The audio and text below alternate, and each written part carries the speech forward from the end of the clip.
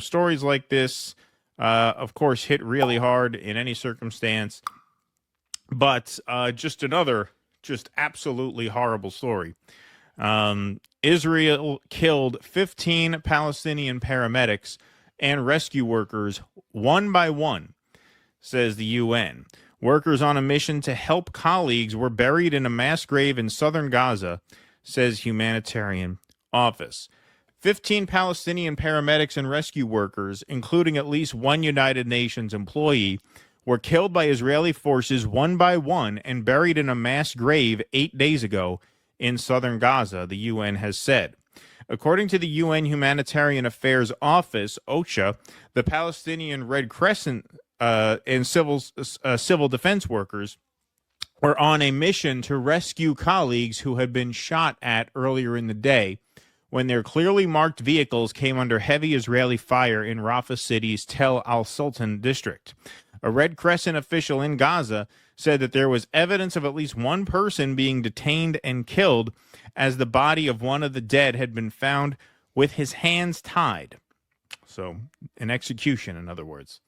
The shootings happened on March 23rd, one day into the renewed Israeli offensive in the area close to the Egyptian border. Another Red Crescent worker on the mission is reported missing. 7 days ago, civil defense and PRCS ambulances arrived at the scene, the head of OCHA in Palestine, Jonathan Whitall, said in a video statement. One by one, the paramedics and civil defense workers were hit. They were struck. Their bodies were gathered and buried in this mass grave. So here is a video of Jonathan. Now, the bodies are kind of blurred out here, but you can still see the scene that they're talking about, along with some more commentary. This should never be a target, and yet we're here today digging up a mass grave of first responders and paramedics. 7 days ago, civil defense and PRCS ambulances arrived at this scene. One by one, they were hit, they were struck. Their bodies were gathered and buried in this mass grave. We're digging them out in their uniforms, with their gloves on. They were here to save lives. Instead, they ended up in a mass grave. Their vehicles, their ambulances, UN vehicles, civil defense vehicles are pushed and dumped, covered in sand, next to us. It's an absolute horror. What has happened here? This should never happen. Healthcare workers should never be a target.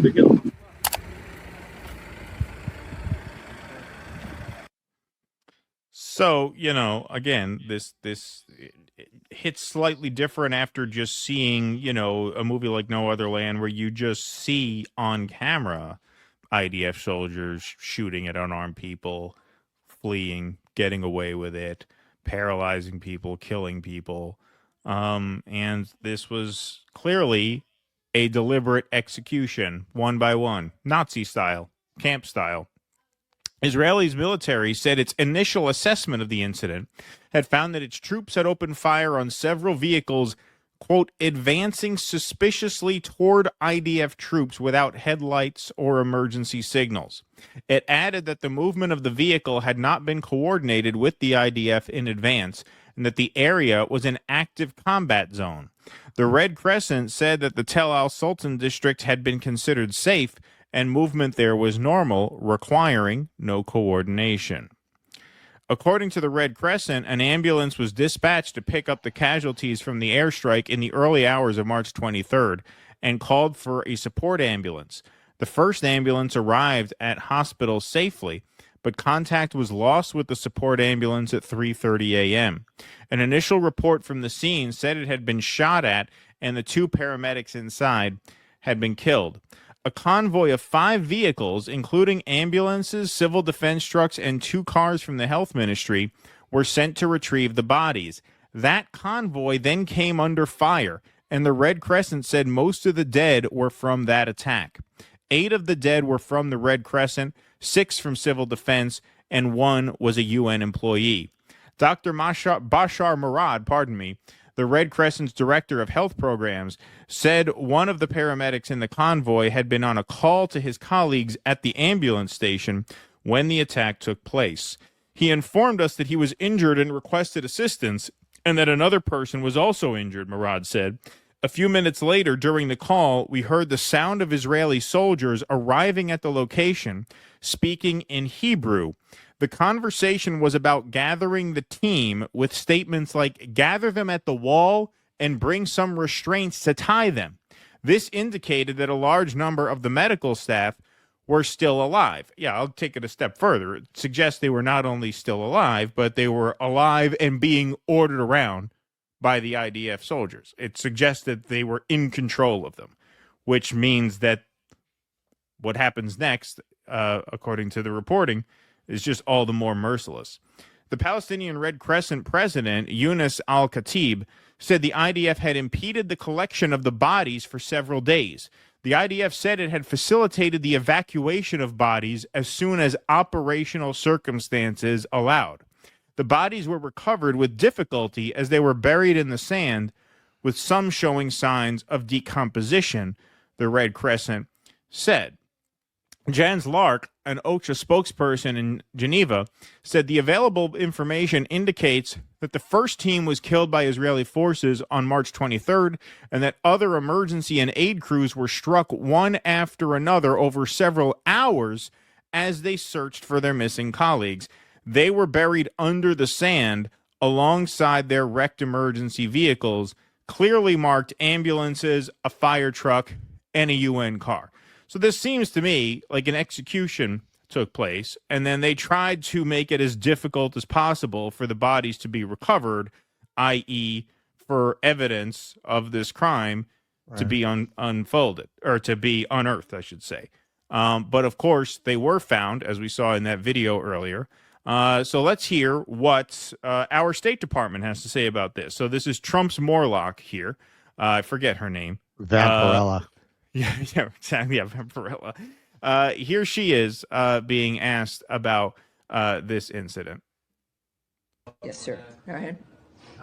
On Gaza, the UN's Humanitarian Affairs Office has said that 15 paramedics, civil defense, and a UN worker were killed, in their words, one by one by the IDF. They have dug bodies up, they said, in the shallow grave that have been gathered up.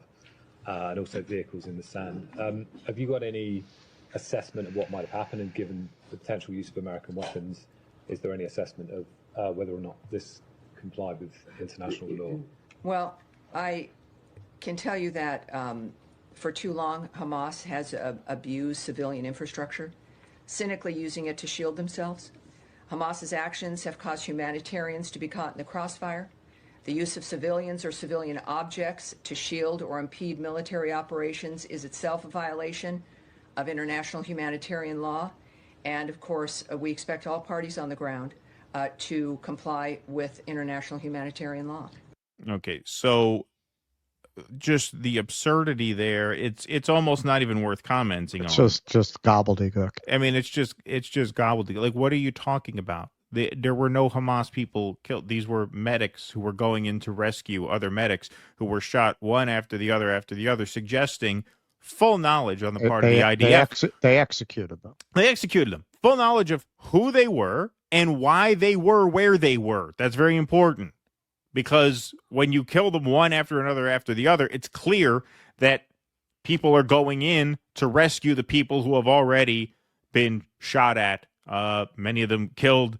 Some of them, these subsequent teams thought they could rescue, and then they were fired upon. So this has all the markings of just premeditated executions of medical personnel, or as she would call it, civilian infrastructure. So ambulances are civilian infrastructure that Hamas can use. So at that point, what reason is there not to fire on everybody? None. Exactly. And that's what they want to say. And she goes on to say it. She goes on to say it in plain English. But this is specifically a question on it's a question about accounting and accountability, given that it may have been the use of US weapons. So it's a question about the State Department rather than Hamas. Is there any action? Well, every single thing that is happening in Gaza is happening because of Hamas. Every single dynamic. I'll say again, I've said it, I think. Okay, so that's it. That's what I mean. Yeah. It doesn't matter what Israel does. It doesn't matter what they do.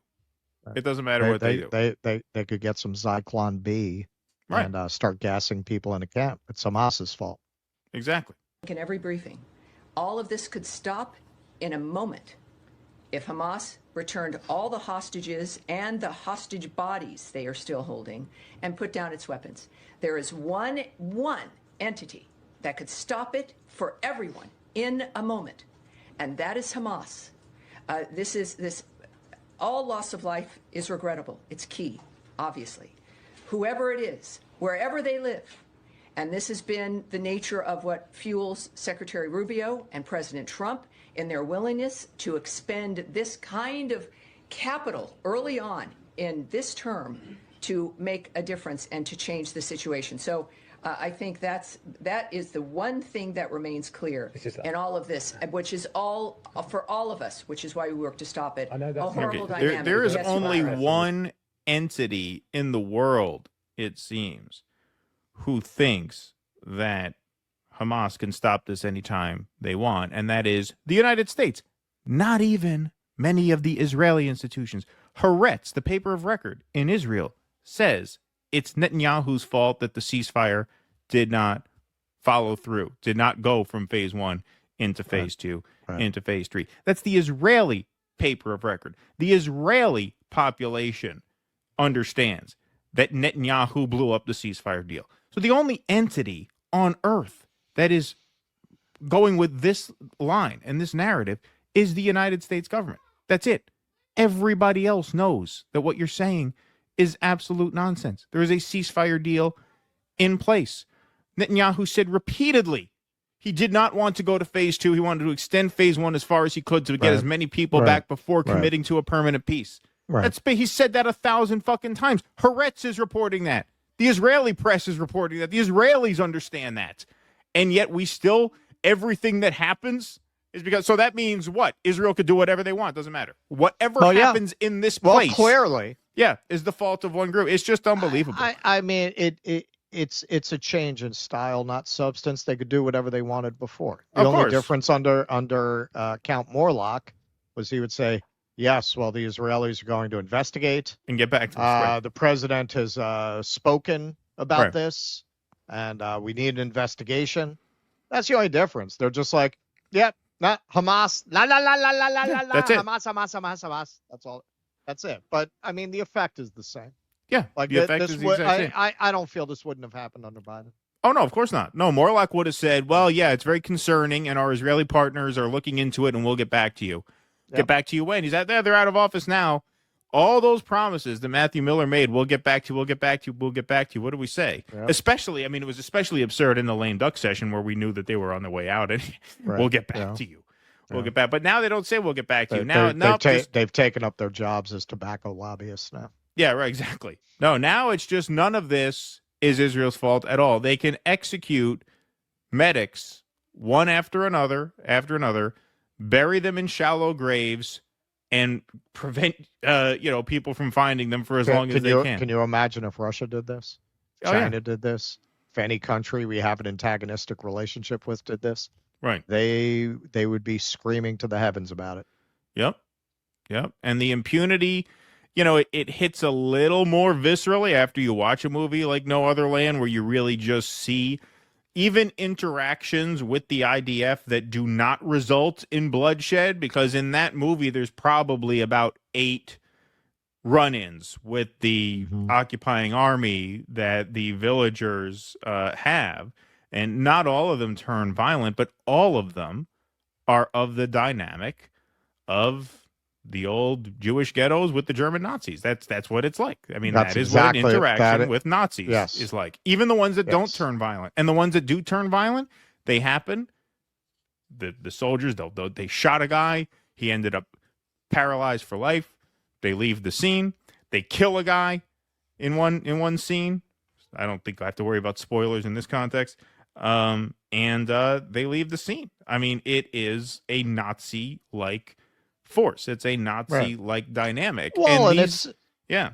I mean, of course, the same dynamic, because it's the same underlying dehumanization of the enemy. Right. For much of the Nazi forces, they had been convinced that all the evils of the world were caused by Jews. So at that point, what's not justified? Right. It's the same thing. They've been told that the Palestinians are an extension of the Nazis, and that by lashing out at them, they are redeeming that past. They're taking revenge for that past. At that point, that's why you have, a lot of these people are just kids. They're just Right. kids. They have been so brainwashed from childhood to not see these as human beings that nothing is not justified to them. We did that segment, I think, on Jimmy's, of where they interviewed random people on the street, and you have them saying, well, children grow up to be Arabs. Right. Exactly. That's the mentality, man. I've experienced it myself as an American Jew. Forget about what they tell them over there. Oh yeah. Yeah. No, it's just it's wild. I mean, the scene in the movie, these settlers just come in, the settler just picks up a rock and just throws it at one of the Arabs for no reason. No reason. Right. Because that's Right. the level Yep. of Yep. anger and hatred that they carry with them at all times. And so when you watch a thing like that and then you read a thing like this, it's easy to picture how that goes down. It's very easy to just visualize that. That could have been a scene in the documentary that we saw. Different region, obviously. This movie was about the West Bank. This is in Rafah. But same thing, same dynamic. And to think that this is really what undergirds our status as a global hegemon, yeah. I mean, this is a major moment in history, not just for Israel, but for the United States and for the West more broadly. The fact that it is not mainstream opinion that this is just overt Nazism happening every single day in broad daylight. That just shows you who we are and what we're dealing with here. There will be a tipping point. And you are going to see a lot of books written, just like books are written about why the Germans did what they did, what was going on in Germany, and what the psychological processes were that led to that. We've talked about this in regards to our friend Daryl Cooper, how this is probably the most written about historical subject, certainly of anything in the 20th century. I would argue possibly more writing has been done trying to dissect the Nazi regime. The only thing that might compete with it is the fall of Rome. Right. But there's an obsession with this subject. You're going to see that with this, and for the same reason, because it's such a study in sociology, in group dynamics, in propaganda. There will, when this control that the Zionist lobby has over the conversation crumbles, and it will. In the end, things like that are never sustainable. In the end, the truth will out. There is going to be a lot of ink spilled about how this people had experienced this Holocaust, and in the process of trying to redeem themselves from the shame, from the horror of that, became the Nazis. That is going to be the common understanding of this, just as the common understanding of Germany is the reparations drove them to that. That's kind of 101. 101 is going to be the Holocaust turned them into the monsters that they thought they were fighting against. Please clap.